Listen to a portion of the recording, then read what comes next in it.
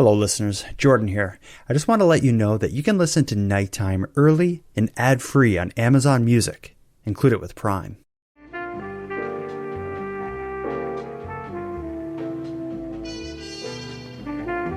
You are listening to Canadian Gothic, a series by the Nighttime Podcast.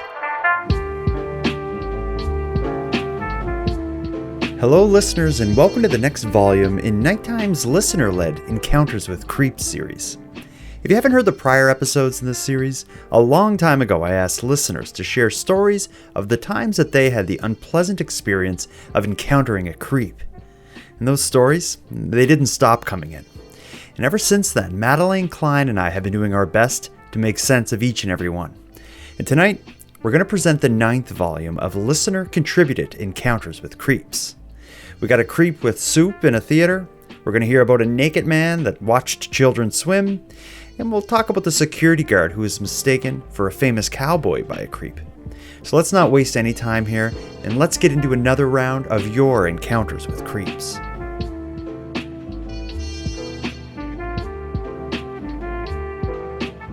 Ms. Madelayne Klein, it's an exciting night, and I think you know why.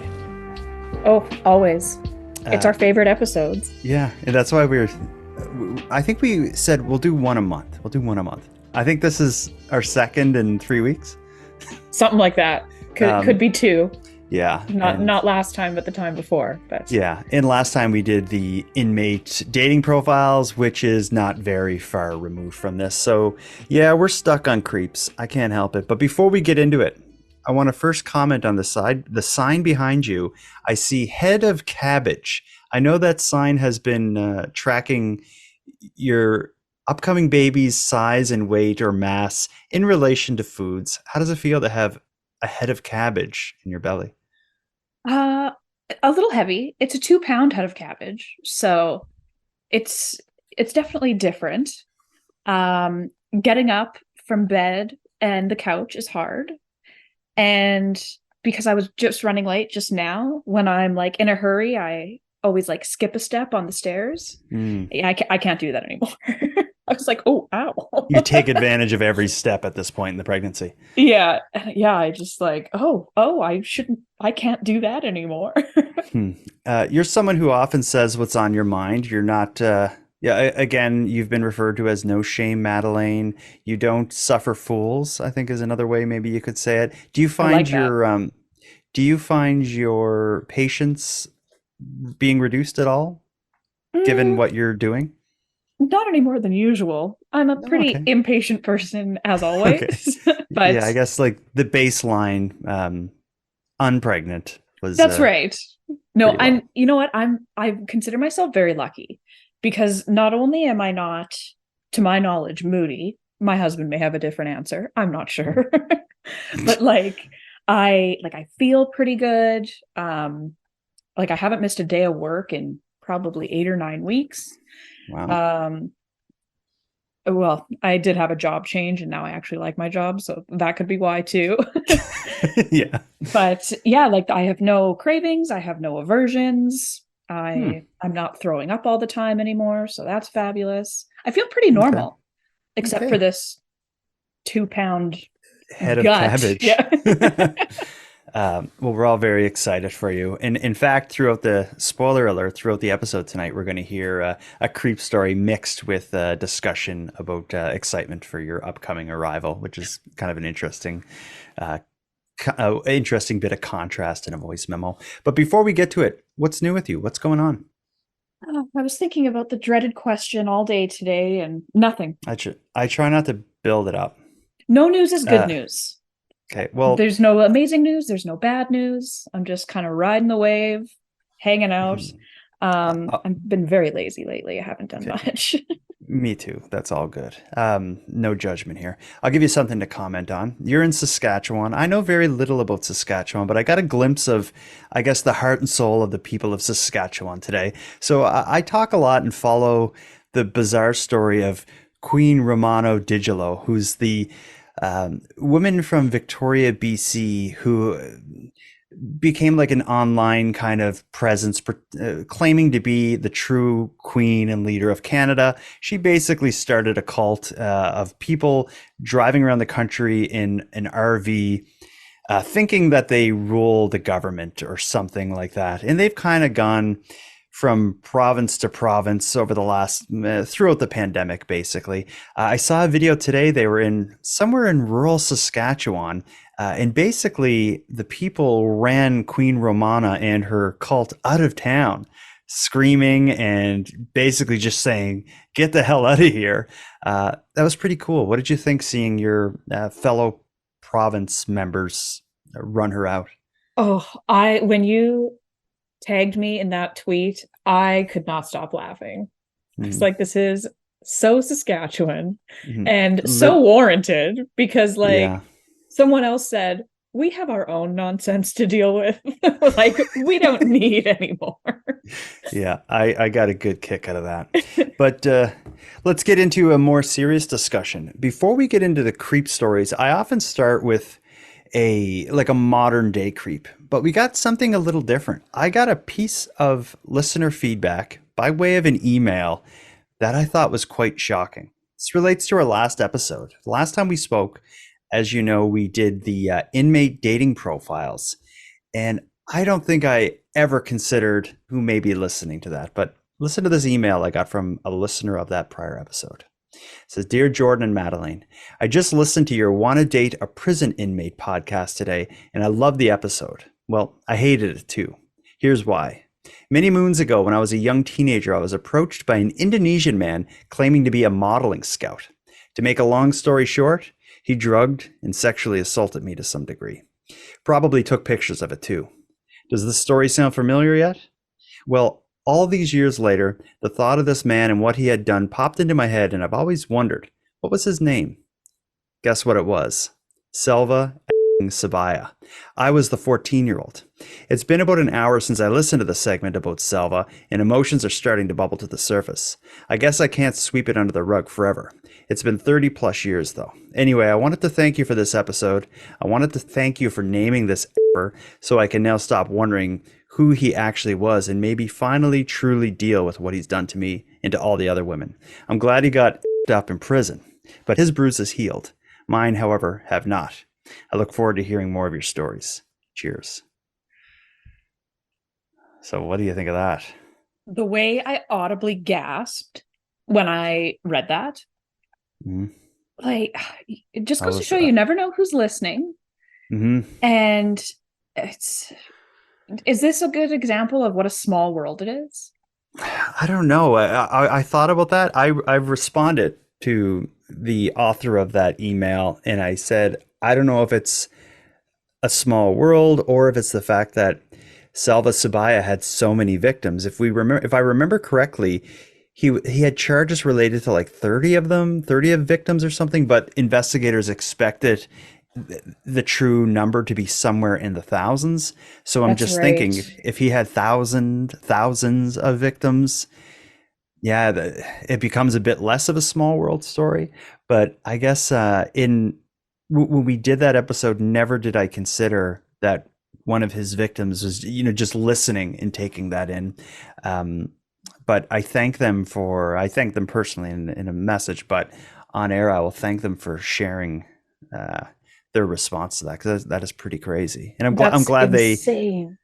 And I'm glad they supported us naming the effer, and I'm glad they I guess I will say I'm glad they are okay with him getting effed up in prison, because you were as well, if I remember correctly. Oh, totally on board. No one deserves it more. Yeah. So screw you, Selva Sabaya, and all the best to every one of his victims that are getting through what he put them through. But we're going to get into a collection of creep stories tonight that are, I guess, like way lighter versions of Selva Sabaya's. When you look at when you listen to these stories that we do on the Creep Encounter series, oftentimes they end positively. Because I guess if they didn't, not end positively, they just end without too much trauma, enough that that the victims are comfortable or the experiencers are comfortable writing in. But I think like the idea of starting with a modern day creep that's in the news or something like feedback to the Salva Sabaya story, I think it maybe just gives a bit of context of how close these everyday encounters that we hear about are to, when it really goes south. Oh, Makes sense to you? absolutely. Yeah, definitely. And I can't believe that timing. Like, from that letter, I got that she had kind of been like thinking about like, who is that guy? And then listened and was like, oh, Yeah. I was just pondering who this loser was. Mhm. Yeah. What a crazy world, crazy story. And that's something that would have happened to her like 30 years ago or something, for it still to have that kind of effect. I guess that's the way it would be. Oh, 14 years absolutely. old. You don't it's not something you like, I don't want to say recover from, because you survive it, but it's not something you get over per se. Mhm.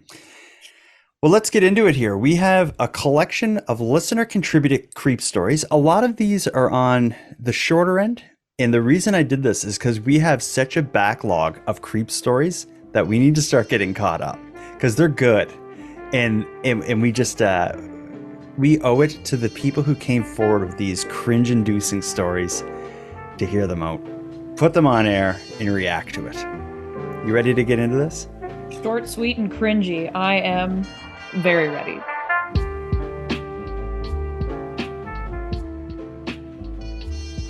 We can get into Karen's Canadian creep in Cancun.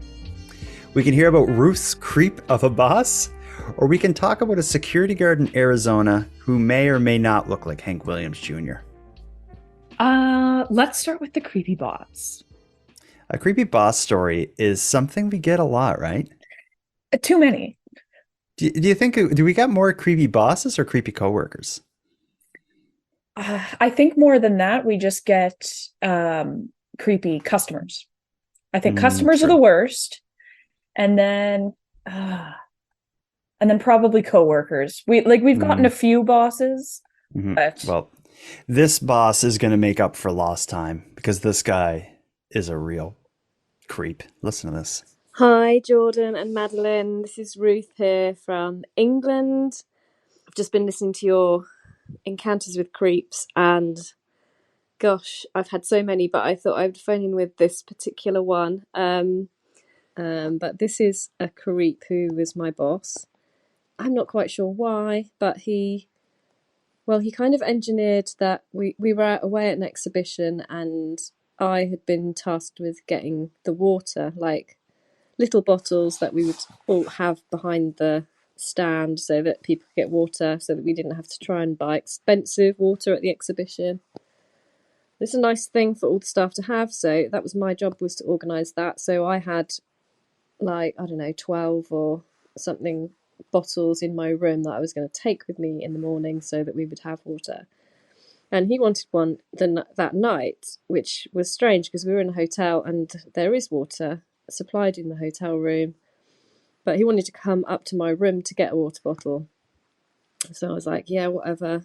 He had turned up and he walked straight into my room and makes himself at home, gets onto the bed, and he said, oh, why don't we just spend the evening together? And I said, well, no, thank you. I'm tired. I want to go to sleep. He's like, perfect. Let's just have a fumble. I hate that word, a fumble. And I didn't know what to do because this was my boss. Well, I knew that I wasn't definitely not going to have a fumble with him, but I had to kind of think how I would get him out of my room because he just wasn't going anywhere. There was a lot of me trying to be polite and him just not going. He wouldn't get out of my room. He started taking his top off, so he's now sitting on my bed, taking off his shirt. And I picked up my phone and started phoning one of the other sales guys, and I wasn't ringing him, but I was pretending to. So I looked up a number, pretended to ring it, and then pretended to have a conversation. And I just said to him, look, I'm going outside now. I walked out of the room and I was just asking this other guy, can you please come and remove Carl from my room? I'm going to say his name because I don't care. And that was the point at which he decided, right, he was going to leave. And he made my life a misery after that. He was a complete nightmare because I'd turned him down.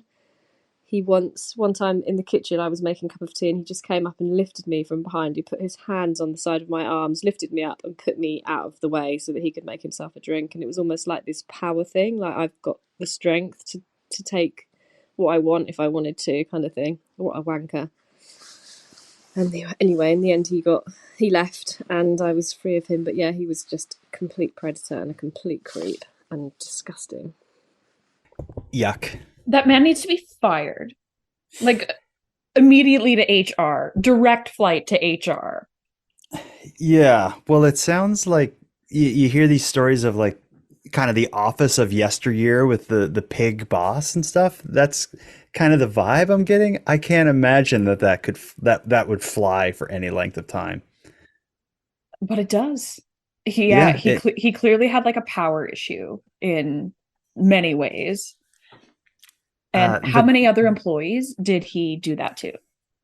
Past and present. When you hear her describe him coming up into the room, sits on the bed, like, let's just have a fumble. Yeah, it seems like the way she describes it, it seems like it's an everyday thing for this guy. Right? He's like, oh, I got to go to a work event away in a hotel. I'll bring a female employee to carry the water, get the water. And then like if you're going to make a move on a coworker, like a romantic move, for one, like they need to be like your equal, like in terms of job role. If you're like dating down in terms of like seniority and power, then you need to like, that would need to be so delicately handled. And it's certainly not like, I'll just walk in her room and I'm just going to get on the bed and ask her to fucking sleep in it with her. Oh my God. It's, yeah. What do they call that? A conflict of interest?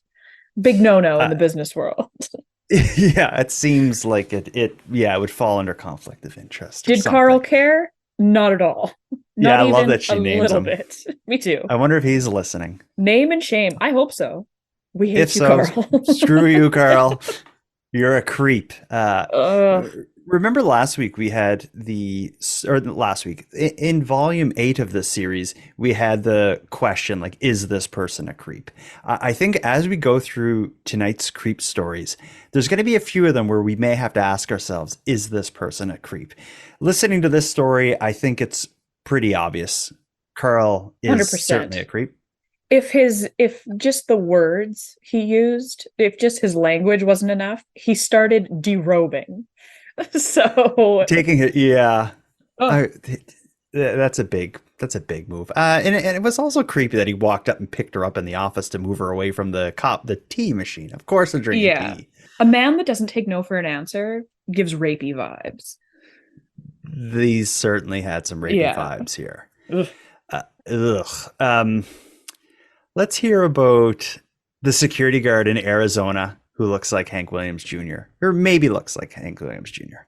Here we go. Who is Hank Williams Jr.? I know the name, but I can't place it. Hank Williams Sr.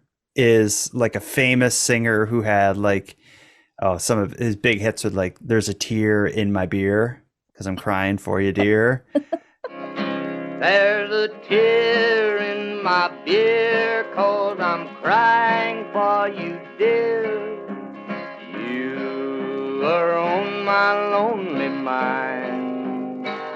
That's one of my favorites of his tunes. But Hank Williams Sr. was a huge country singer star.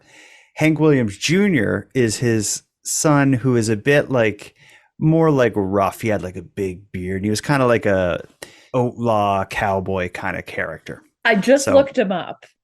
Okay. And a little scruffy. Yeah, a little scruffy of a cowboy kind of looking guy. But listen to how Hank Williams Jr. plays into this security guard in Arizona's creep story. Hey, Jordan. Love what you're doing.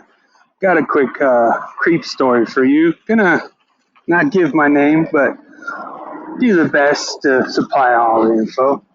So I'm a security guard in Tucson, Arizona. And as that, I have to deal with a lot of things. And not much surprises me. But just had this real kind of creepy encounter the other day. I'm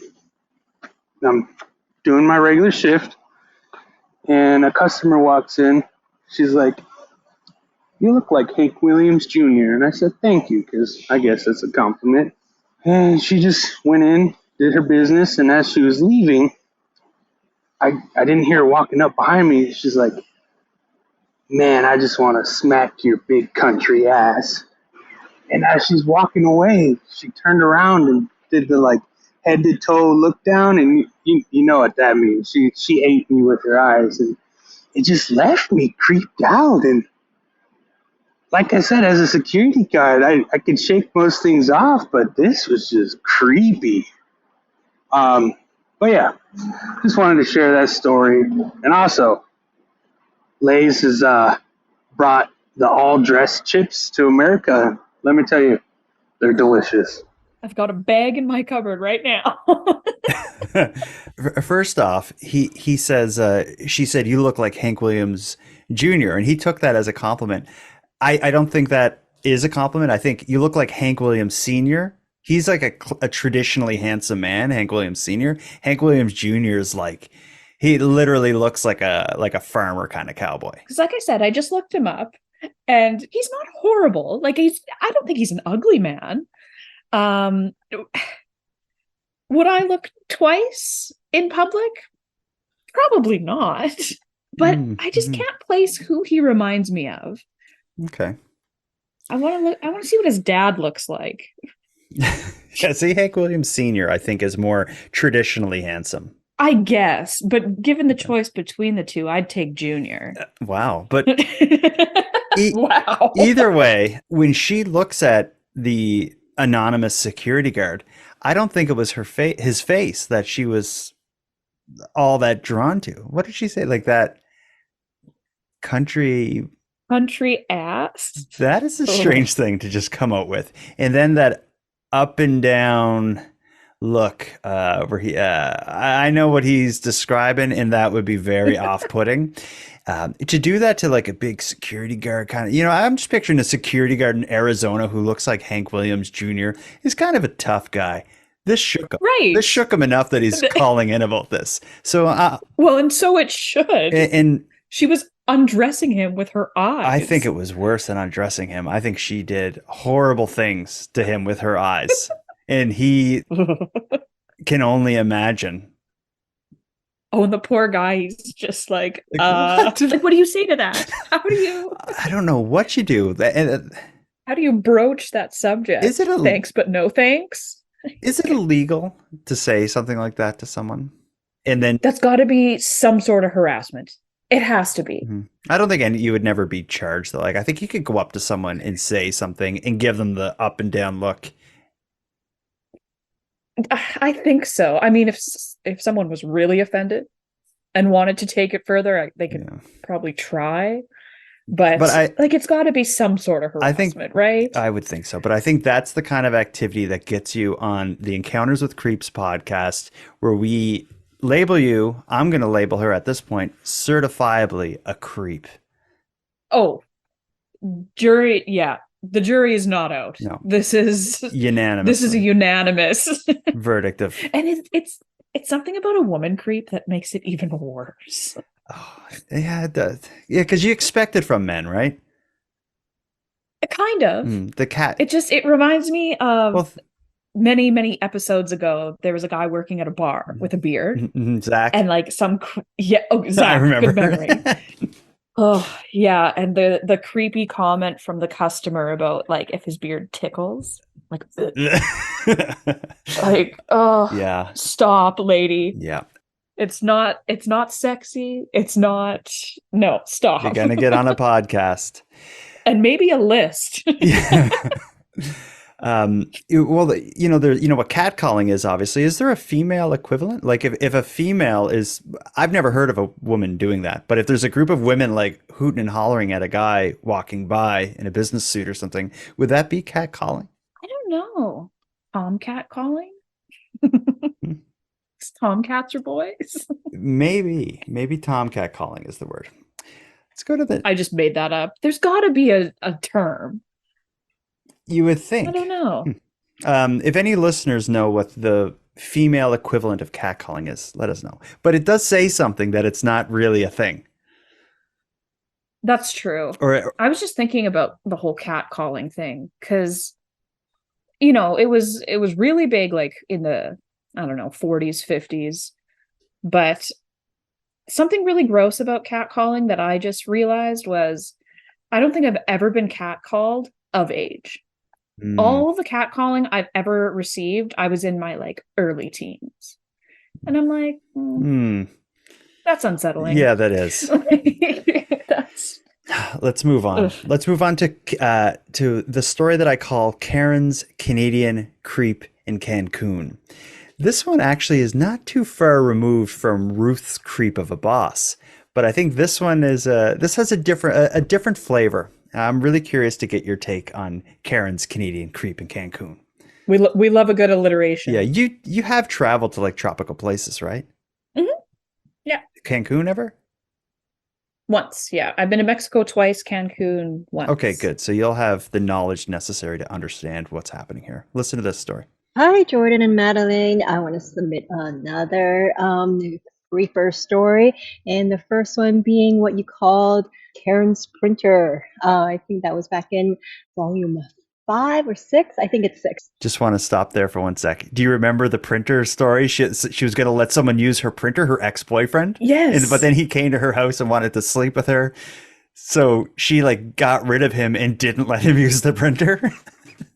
And just like this means nothing, but he got over there so that he could like print tickets to Paris off or With something. I his remember Paris yeah, being part of the with a story. new girlfriend, he was going to take her away. Yeah, Right. And we're like, the girlfriend and the trip didn't exist. certainly. Yeah, that was just a weird move to try to sleep with her. Well, he's not the only one. Listen, listen to what happens to poor Karen in Cancun. Let's get back to it. Anyways, I was around 19 or 20 years old, and I was taking a vacation with my best friend to Cancun. So we got there, and we met these fellow Canadians, and that to them meant that we should hang out. We politely said no, no, thank you. So and we're on our way.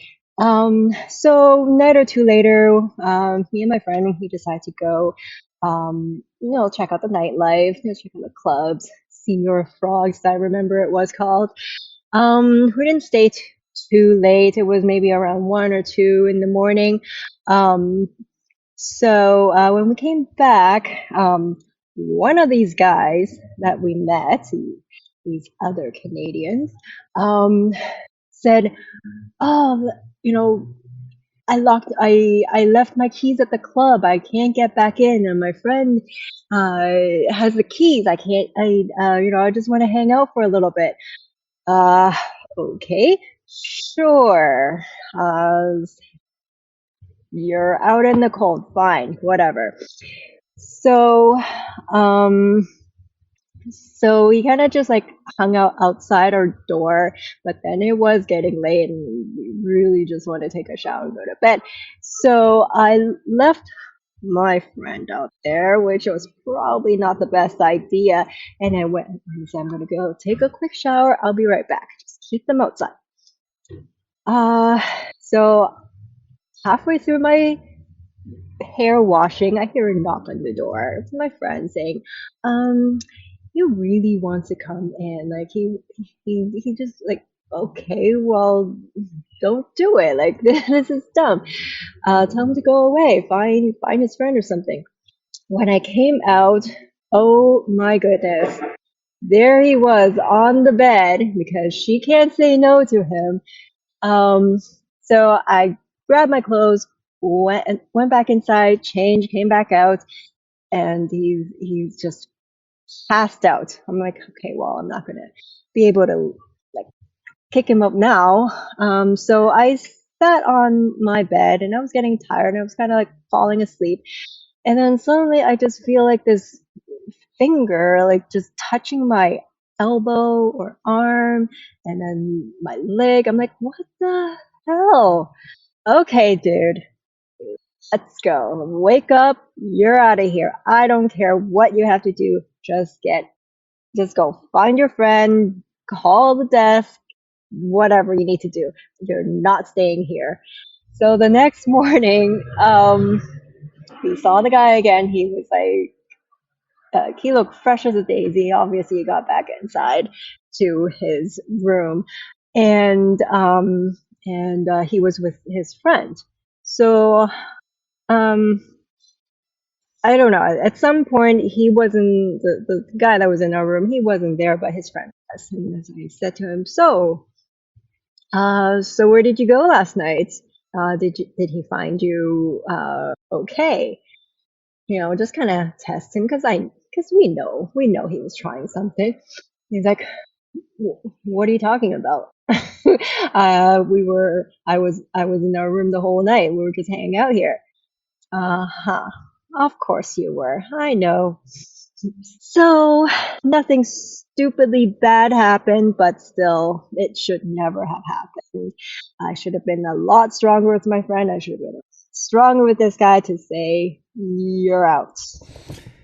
So any of that story kind of like familiar to you? I feel like this is a story a lot of people have encountered. Well, and there's so many things wrong with that story. First, like if you're into someone and you have to try that hard and like weasel your way into their room, why do you still want anything to happen? Like I just don't understand. Like, take rejection. Yeah. And like you're in a hotel. You can't lose your keys. Just go to the front desk. Seriously. Be like, this is the room I'm in. Instead of, I can't get in. Yeah, it seems like if your way of getting with a romantic interest or sexual interest is like tricking her into thinking you're asleep on her bed and locked out of your house. Yeah, that's very creepy. What about this idea of you go to Cancun and you run into two girls in Cancun, they run into some guys from Canada, like, well, we should all hang out. Like, would that be a thing? Oh, absolutely. Okay. Yeah, they don't even need to be from the same country as me. Okay. I'm just thinking if I'm in another part of the world and I meet people from Canada, it's like I'm done with Canada for a little bit. I want to meet some Cantonese people. Fun is fun. Yeah, I guess so. Yeah. And I mean, it's probably like an all-inclusive resort. It's probably all Canadians and Americans. Yeah, good point. Was there any shock at all that the friend didn't know about this whole, like, what, locked out? Like, that the least shocking part of the story. I will never understand. And this has happened to, not to me, but like friends of friends. If you're going to use someone in a lie, you must let them know. What do you say to your friend though? So that they can like cover for you. But in this case, imagine saying to your friend, like, yeah, I pretended I was locked out so I could kind of trick my way into this girl's apartment or hotel, and when she was sleeping, I rubbed her arm and she kicked me out. Will you say, I'd be like, I'm calling the police, or like, I'm going back to Canada, or you are. One of us are going back to Canada or jail. Well, birds of a feather all flock together. So she should have at least made him know, or let him know, like, I just lied to this girl and I used you as an excuse. Yeah. So like, if anyone asks, you pulled the like. We both lost the card key. Fist bump. Woo! Yeah, exactly. Cheers with beer. Let's go get mimosas. God. I love Karen's telling of that story, but I'm glad that's as far as it went. It could have been worse. What if she fell asleep? Well, right? Yeah. Oh, I wish it sounds like she should have been like, no, get out. And like, it's not like left in the cold. You're in Mexico. Yeah. He's fine. Yeah. I've been to those resorts. They're beautiful. Go sleep on a couch in like the communal area. Mm-hmm. If all else fails, I would. Mm-hmm. Seriously. Yeah. Not my problem. Let me give you your next trilogy of cringe. We can hear, and this is another second story from a listener. Do you remember the exercise bike story a while back? Yes. Yeah. So we have another story from Shannon, the exercise bike girl. We have the option to hear a story of a record store creep from back in the 70s. And we can hear about Teresa's day at the pool. Let's do the record store. Okay, good I'm choice. just picturing Cheech Marin from like that 70s show. Not far off. His little cameo, yeah. You're really into music, classical music, classic rock. Do you do records, or how do you I listen used to to music? when I was younger, and I have a few records that were my dad's, but I don't have a record machine. Okay, yeah. You need like a good setup with like a big amp for records.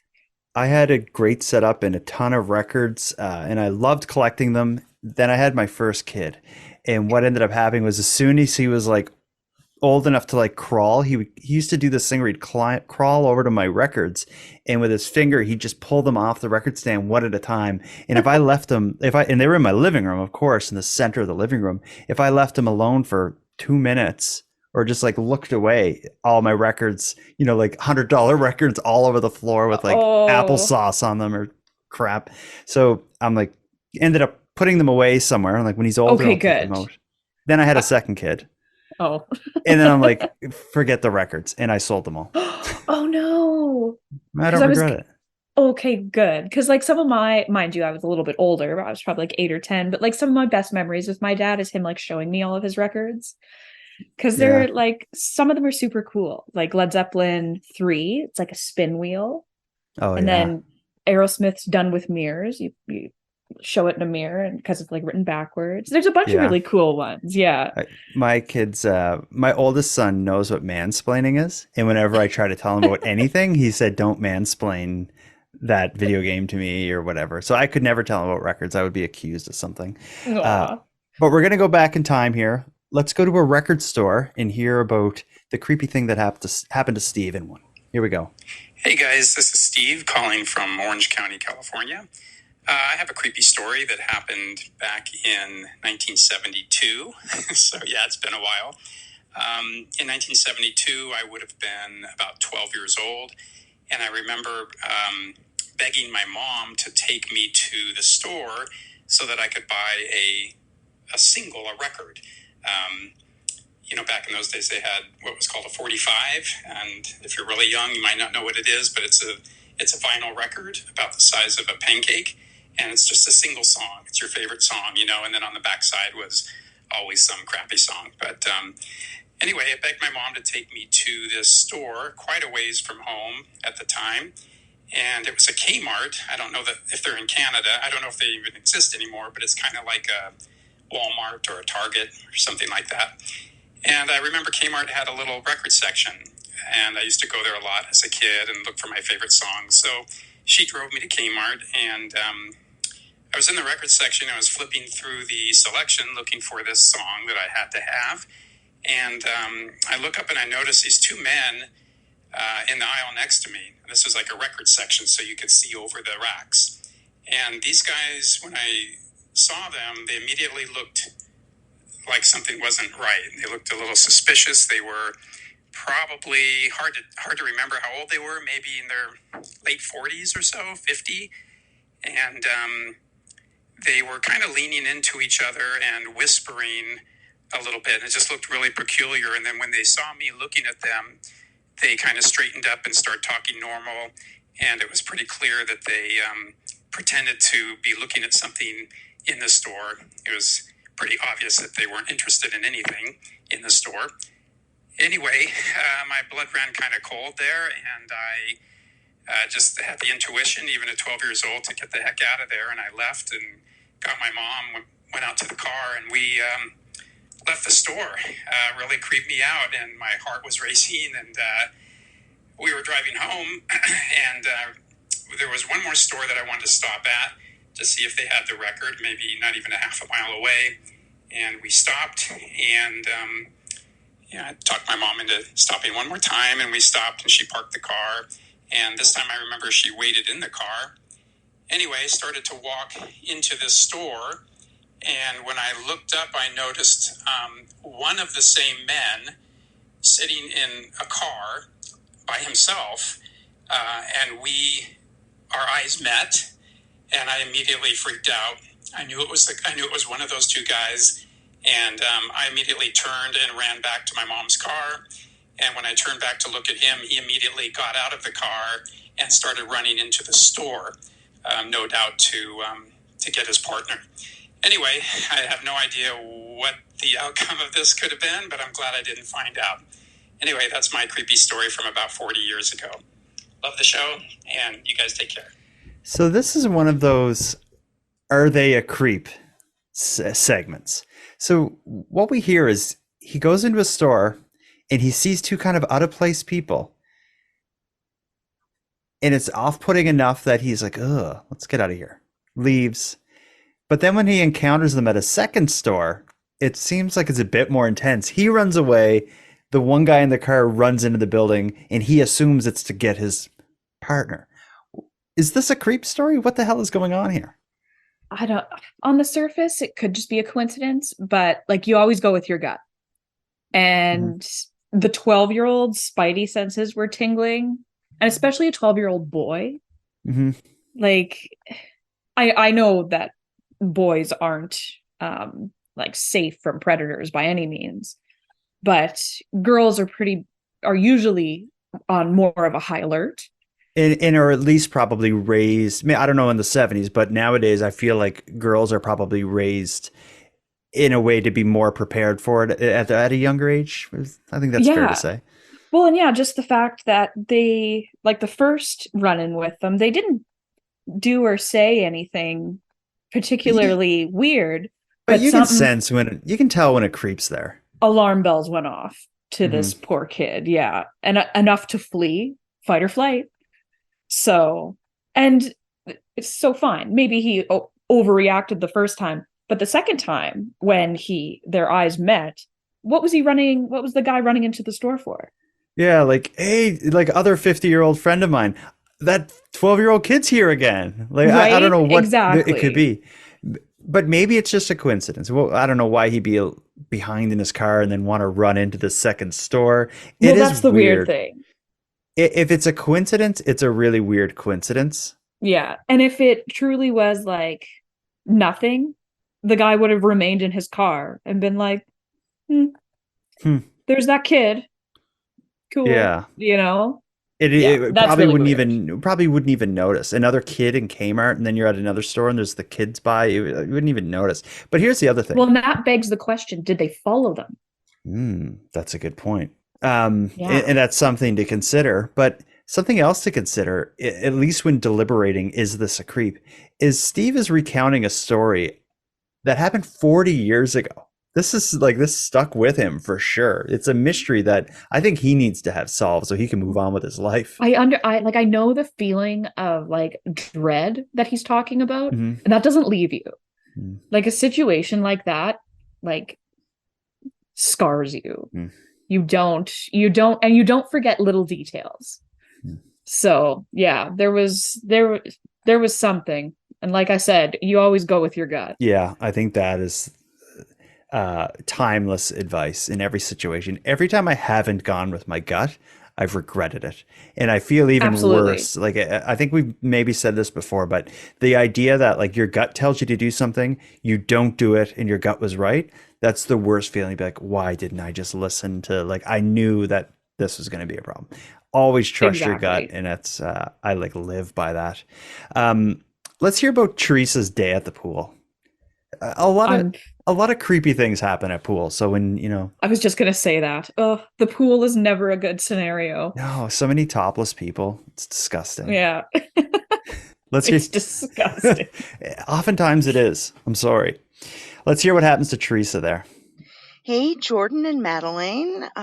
This was a long time ago in the early 1980s in Missouri, the United States.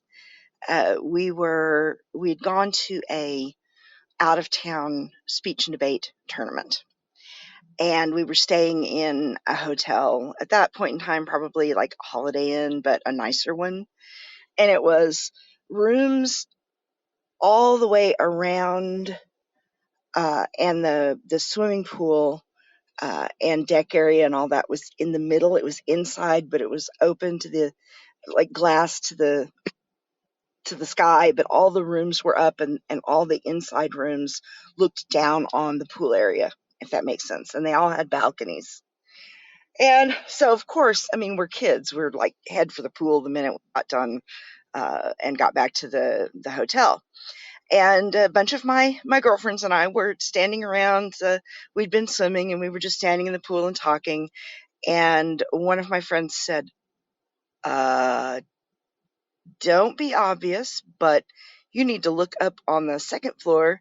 And she kind of made a, motion without making a motion. And we all tried to very casually look up. And there was a gentleman, using that term very, loosely, standing out on his balcony outside of his room, looking down in the pool with several obviously adolescent girls. And he was as I recall, a kind of chubby older gentleman, bald, and he was just like God made him. There was no stitch of clothing, and he was just standing there letting it all hang out. And we were a little horrified, but we thought it was funny. You know how kids are. We were like 14, 15, 16 in that. Anyway, I'll never forget the look on my friend's face, though. She was just kind of very pale. She said, look up there. And it was, blech. I'm sure I have other creep stories, but that was the first one that popped to mind. So I love everything you two do together. I love Nighttime Podcast. I love both of you.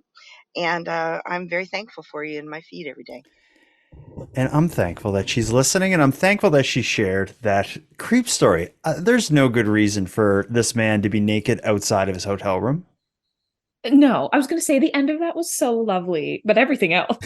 Yeah, the end part was good. Yeah, the rest, yuck. Oh. Not surprising, though. That kind of thing, I don't know. Hotels bring out the worst in creeps.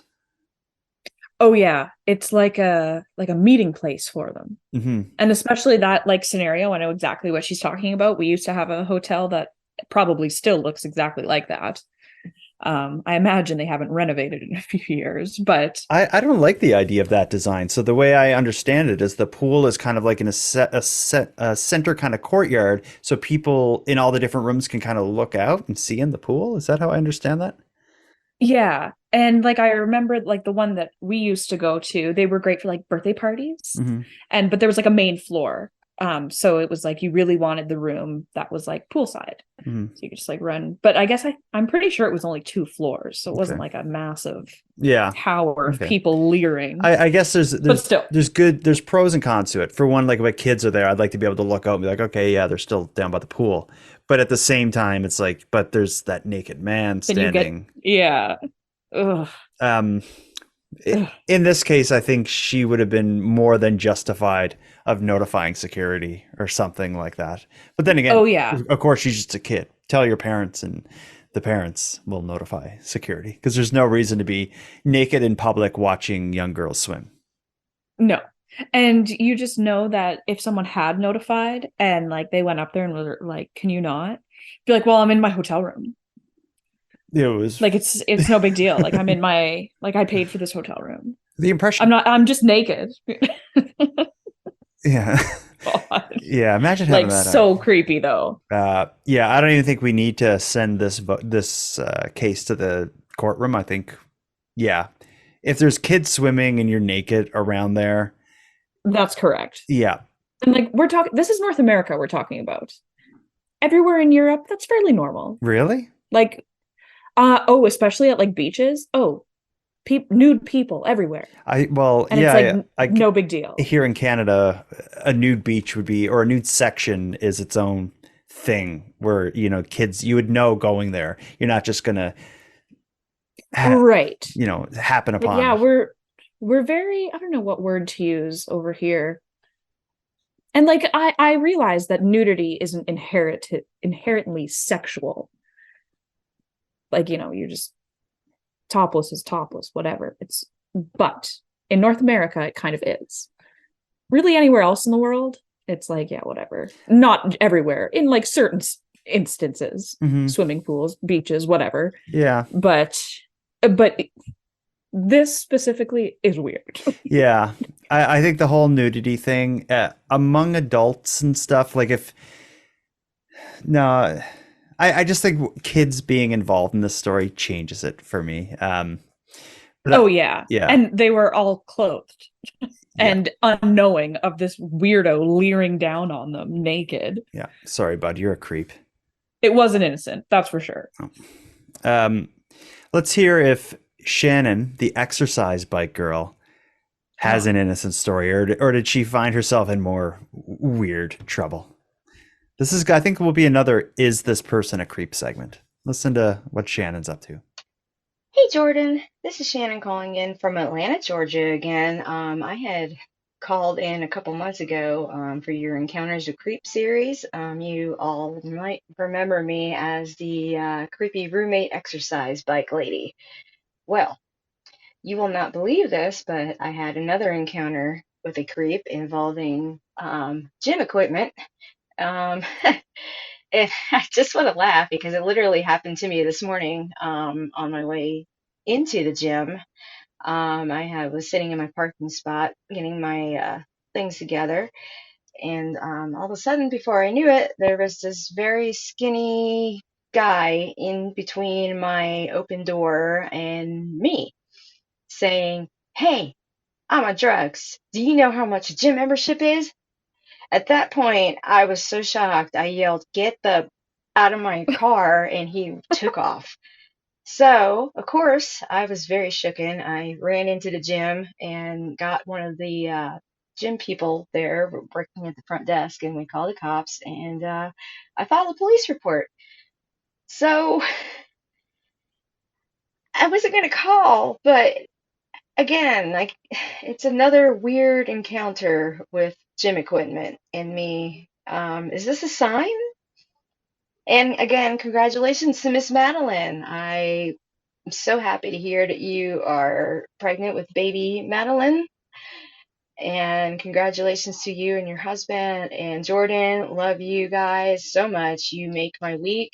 Again, I don't know what y'all want to nickname me now, but this is really funny. Anyway, thank you all so much. Have a great night. Thanks. As far as a nickname, it's still going to be the exercise bike woman. Do you want to address? I like gym equipment, Shannon. Okay. Yeah, because I guess that's a bit more all encompassing. Do you want to comment on your shout out there? Well, again, I was going to say the end of that was so lovely. Thank you. That's so lovely to hear. Do you understand? But yeah, a huge but. The way I understand it is someone all but forces their way into the car and opens with like, "I'm on drugs," maybe explaining their behavior. How much is a gym membership? So is this just someone who's on drugs but wants a gym membership and just can't really go about it the right way because of the drugs they're on, maybe? I don't know if I'd file this under creepy. Weird for sure. Mm-hmm. Like super weird. Mm-hmm. What an opening. Hey, I'm on drugs. Yeah, I'm in your car. Thanks. Yeah. And yeah, if you come into my car and ask me how much a gym membership is, I'm going to assume you're on drugs anyway. Yeah. So yeah, I would say this is an encounter with a weirdo. Yeah. I don't know what. I'm glad he effed off when she told him to, but still, like, it's just like, go to anyone else but me. And I think the right thing was done. Getting like the police were notified. A police report was filed. She told the people and the receptionist to prepare them in case this guy shows up. It's not like the cops are going to go arrest this guy and throw him in prison, but somebody needs to be like, "Dude, what's going on today? Like, are you okay?" There needs to be some sort of like paper trail in case it escalates and something bad does happen. But yeah, something. So I just like when cops can do this sort of thing. It's not like a wellness check or something, but it's more just like, "Hey, what's going on? Like, what are you up to? Or, is everything okay?" Because this guy maybe needs something. Who knows what it is? It's probably not a gym membership. That's correct. He needs help, and the endorphins he needs is not going to come from exercise. I also really enjoyed that we got this report only hours after it happened. She said this happened this morning.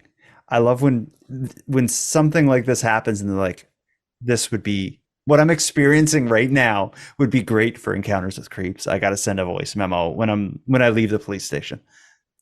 I'm so glad we come to mind.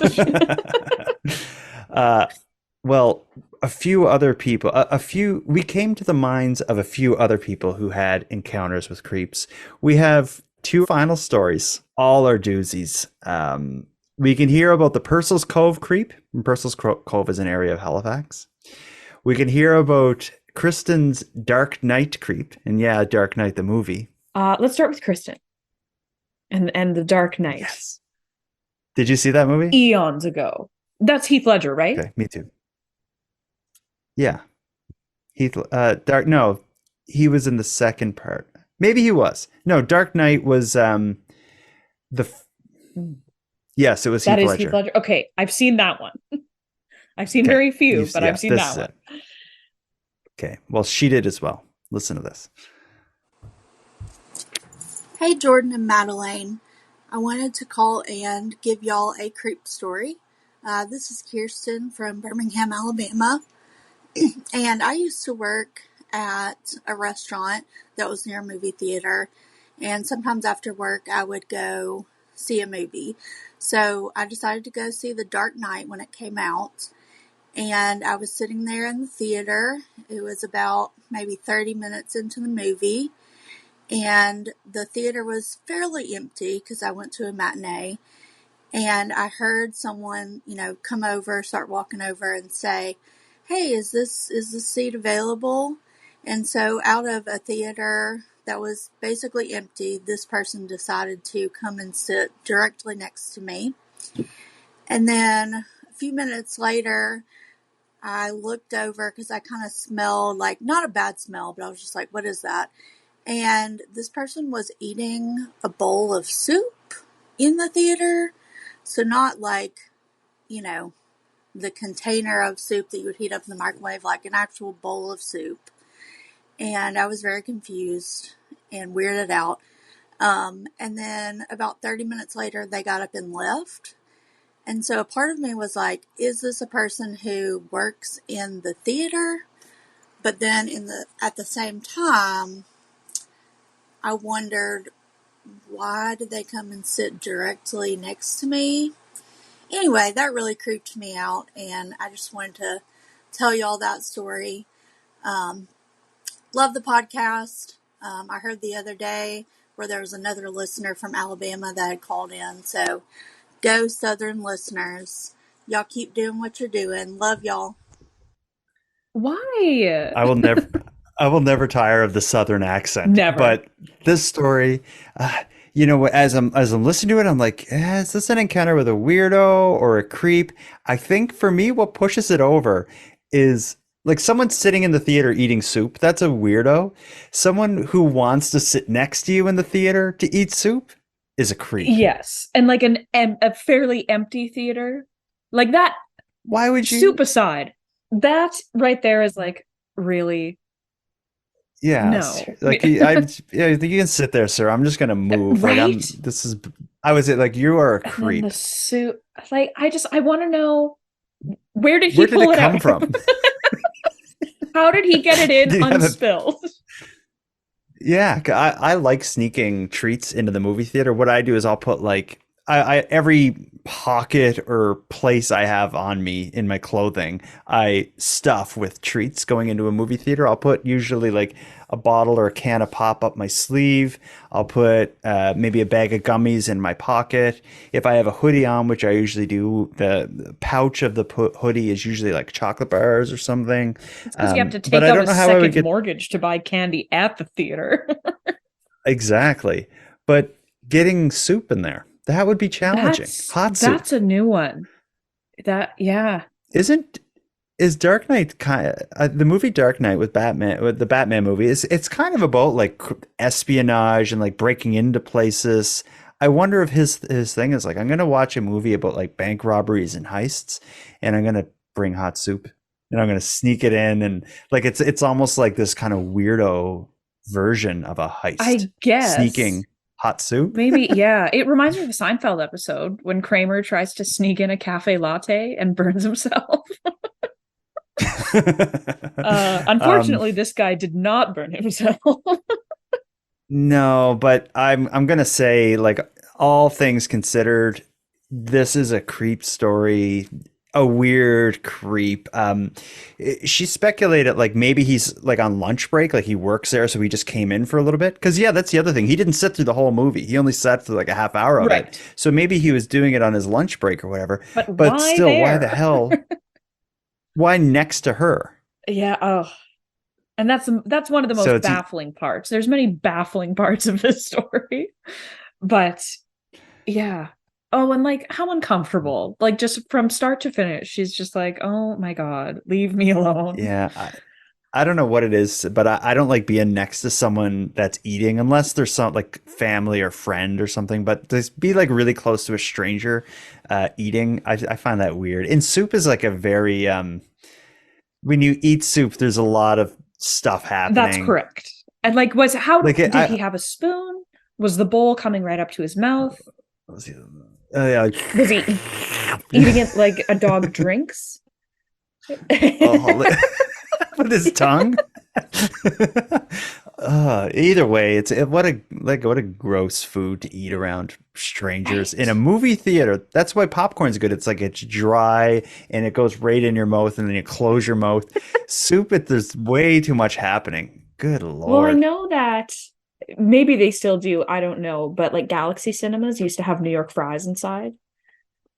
Mhm. So like, That's fine. but like eating like It's a poutine or like I'm pretty sure they have hot dogs. That's kind of different. that's bordering on gross. If I'm sitting next to someone and they're eating just fries with like, I don't know, like salt on them, that's all right. The ketchup, maybe that's going to turn me off a bit. But if there's like a bunch of gravy and cheese and it's all over them, and yeah, that's Full, gross. we're getting full meals now. Oh, the movies, the movie theater. I love going, but it is so expensive. When you have kids, like I took my kids to the theater. We got to play the arcade games before we go in. It's like it's Right. easy, Oh, $100. anytime I leave my house, it's $100, regardless of where I Yeah, go. yeah. Um, let's get into the Purcell's Cove creep. Okay. Purcell's Cove is an area outside of It Halifax. sounds pretty. It is pretty, but it seems like something pretty creepy was happening there in the 80s. Listen to this. Hey Jordan, my name is Julie from Halifax, HRM, and I have a story for the Encounters with Creeps episode.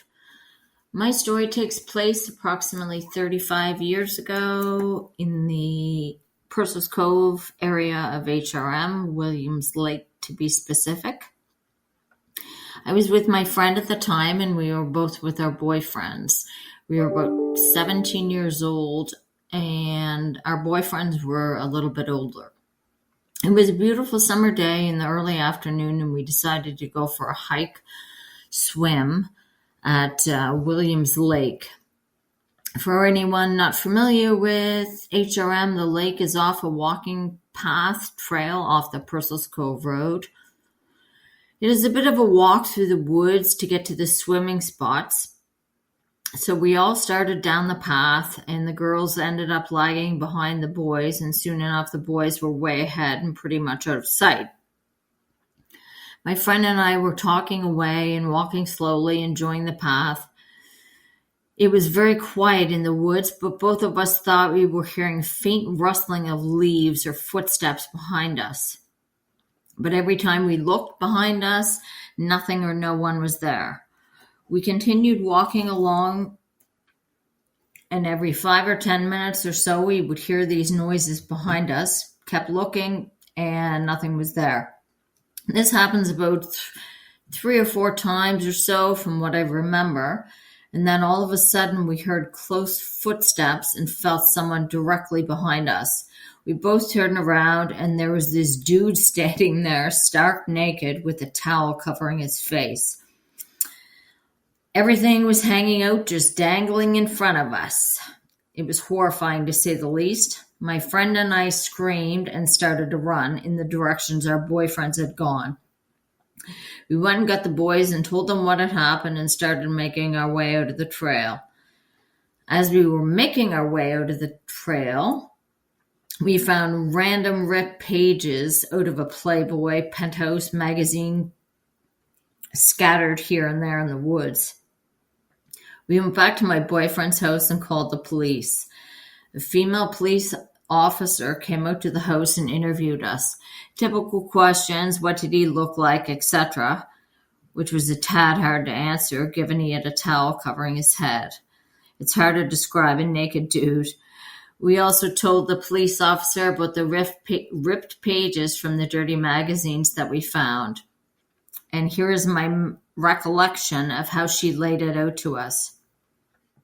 She said the man usually takes magazines into the woods to arouse himself prior to finding females to target. He then follows behind them, yet remaining out of sight. When he finally is ready to expose himself to the females, which was us at the time, they scream, yell, run off.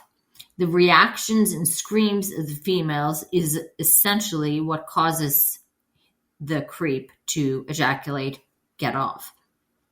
The officer said this person has targeted many individuals in the area over the past couple of years and has been extremely difficult to catch. They had even sent female officers on their own on certain days, but did not have success to date. Needless to say, for two teenage girls, it was a pretty scary experience. To this day, I'm an avid hiker and walker, but I have not been back there since that 35 years.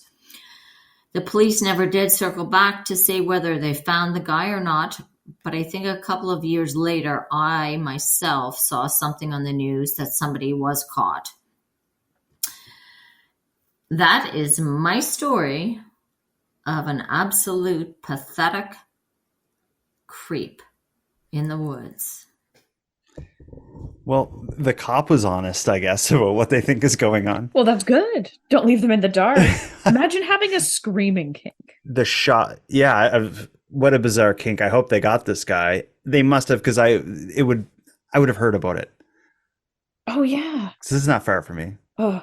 It would have been in the 80s. I would have been too young to be like knowledgeable about all the various creeps in my province. That's true. But like, he was smart to cover his face. No one could describe him.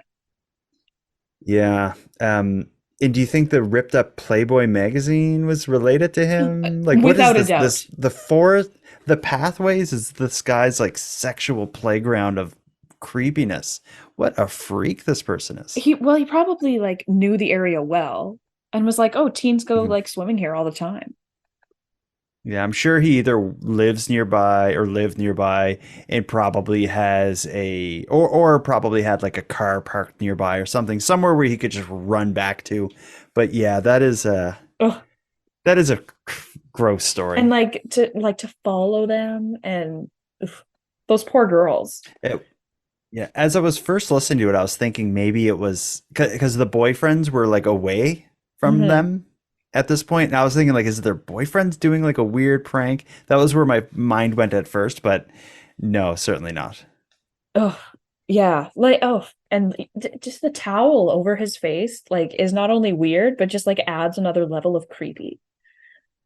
Yeah, because it's like beyond premeditated. Yeah. It's like a strategy. Like I can keep doing this if they don't see Well, my exactly. face. And yeah, no, the Playboy magazines, it's too much of a coincidence. They're for sure connected to him. Yeah, that gives me the heebie-jeebies. Yeah. Do people in Saskatchewan say heebie-jeebies? Oh yeah. Okay. My mom used to say it all the time. I just didn't know it was like a Cape Breton thing or not. Oh no.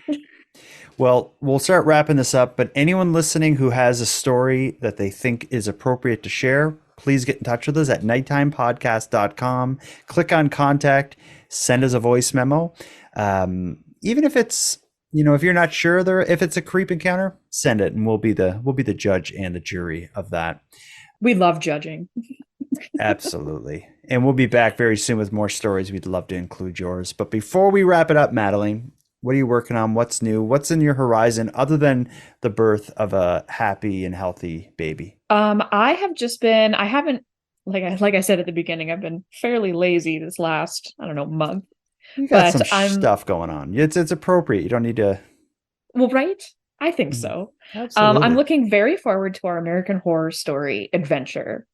So yeah, I've just kind of been listening to other after shows and getting caught up on American Horror Story, which I know has nothing to do with the new season, but I love it, so I'm going to rewatch them.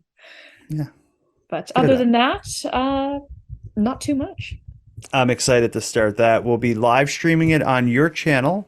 What is the name of your channel? It's just your name, Madelayne Klein, right? Just at Madelayne Klein, all one word. Yeah, we'll be live streaming it to your channel. I'll be releasing podcast versions to the premium feed and tweeting about it. So if you plan to watch American Horror Story, watch along with us.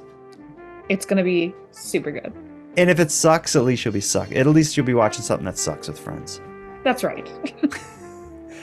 On that note, Madelayne, thanks for another great night of awful stories. Thanks for having me, I think.